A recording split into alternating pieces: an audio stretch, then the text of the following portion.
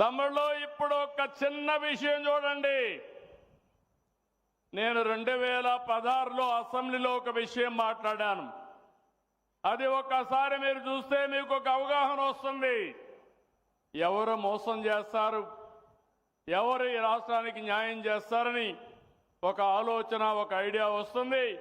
ముందు ఆ వీడియో ఏమంటాను. జరిగిపోయింది పని, మీతో ఆగదు. నీళ్లు వస్తాయి, మీతో ఆగదు. శ్రీశైలం నుంచి నీళ్లు పోతిరెడ్డిపాడు ద్వారా నీళ్లు పోతాయి. అంద్రేనివాకు నీళ్లు వస్తాయి, గాలేరు నగరికి వస్తాయి. పలమనేరు ఎమ్మెల్యే ఉన్నాడు, పలమనేరుకు నీళ్లు వస్తాయి. పుంగునూరుకు వస్తాయి. మదనపల్లి ఎమ్మెల్యే ఉన్నాడు, మదనపల్లికి వస్తాయి. మీ లీడర్ అపోజ్ చేసినా మీకు నీళ్లు వచ్చి తీరుతాయి.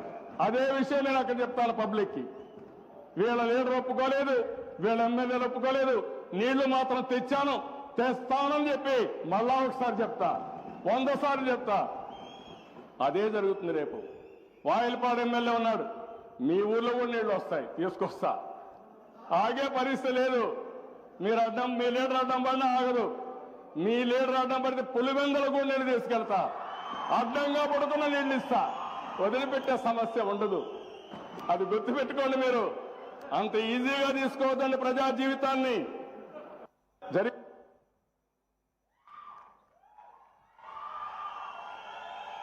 ఈ సందర్భం కూడా ఒకసారి మీరు గుర్తుపెట్టుకోవాలి. ఎగ్జాక్ట్గా 9-10 సంవత్సరాల కంటే ముందు రాయలసీమకు నీళ్లు ఇవ్వాలి, నీళ్లు లేవు. పోలవరం ప్రాజెక్టు ప్రారంభించాం.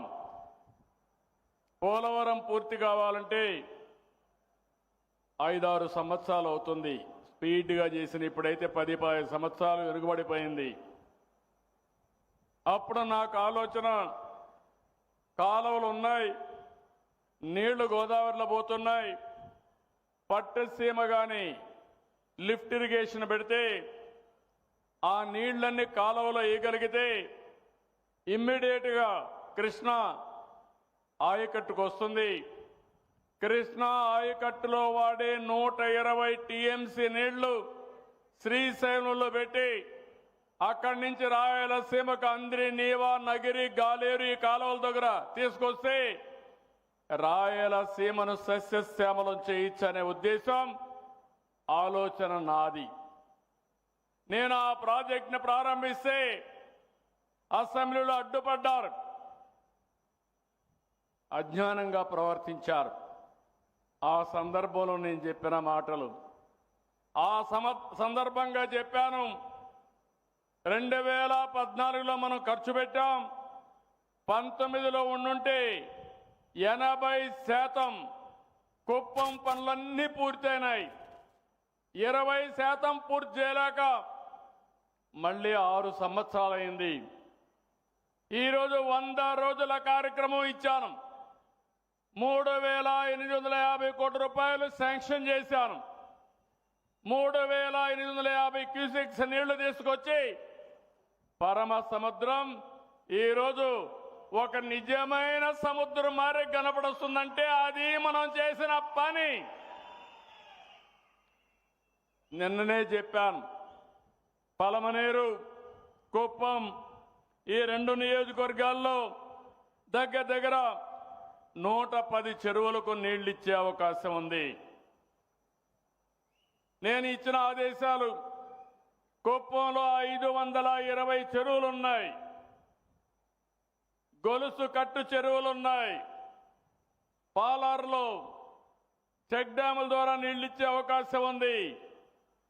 కొన్ని దూరంగా ఉంటే చిన్న పైపులు వేసుకోగలిగితే అవి కూడా చెరువులకు నీళ్లు ఇచ్చే పరిస్థితి వస్తుంది. నేను చాలాసార్లు చెప్పాను, నీటి విలువ తెలిసిన పార్టీ తెలుగుదేశం పార్టీ, నీటి విలువ తెలిసిన పార్టీ ఎన్డీఏ. నీటి విలువ, రైతుల సమస్యలు తెలియని పార్టీలు మిగిలిన పార్టీలు అని చెప్పి కూడా నేను మీకు తెలియజేస్తున్నా. అందుకనే ఈరోజు ఈ ప్రాజెక్టును ప్రారంభించినప్పుడు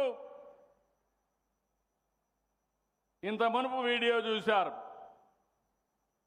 అసెంబ్లీ అంటే హేళన, తిట్లు, నవ్వులాట్లు ఇలాంటికే పరిమితం చేశారు. ఈరోజు మనందరి ఆలోచన ఒకటే, చిత్తశుద్ధి ఉంటే ఏదైనా సాధ్యం. నీళ్ళు అనేది జీవితం.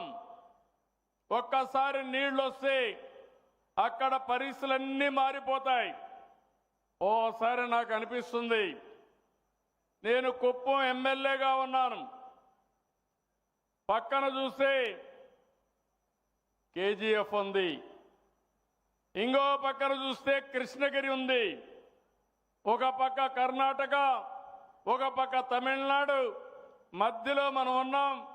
అయినా కూడా గోదావరి నీళ్లు, కృష్ణా నీళ్లు 730 కిలోమీటర్లు తీసుకొచ్చి ఈ భూతల్లిని, భూమాతని చల్లబరిచే పరిస్థితికి వచ్చామని చెప్పి కూడా నేను మీకు తెలియజేస్తున్నా. నేను ఎన్నోసార్లు మీకు ఒక మాట చెప్పాను, రాయలసీమలో ఒకప్పుడు ఫ్యాక్షన్ పాలిటిక్స్ ఉండేటివి, ముఠా రాజకీయాలు ఉండేటివి. ఆ రోజు కూడా నేను చెప్పింది, ఈ రాష్ట్రంలో రాయలసీమలో ముఠాలు లేకుండా చేయాలని చేసి చూపించిన party Telugu Desam party. YSR Congress party అలవాటు రాయలసీమని ఎప్పుడూ రక్తపాతం చేసే ఆలోచన. మనం రాయలసీమని నీళ్లు తీసుకొచ్చి ఒక రతనాల సీమగా చేసే ఆలోచనతో మనం ముందుకు పోతున్నాం. ఈ ప్రాజెక్టు గురించి బ్రాడ్గా మీకు అందరికీ కూడా ఒక ఆలోచన ఉండాలి. హంద్రీ నీవా ఫేజ్ 1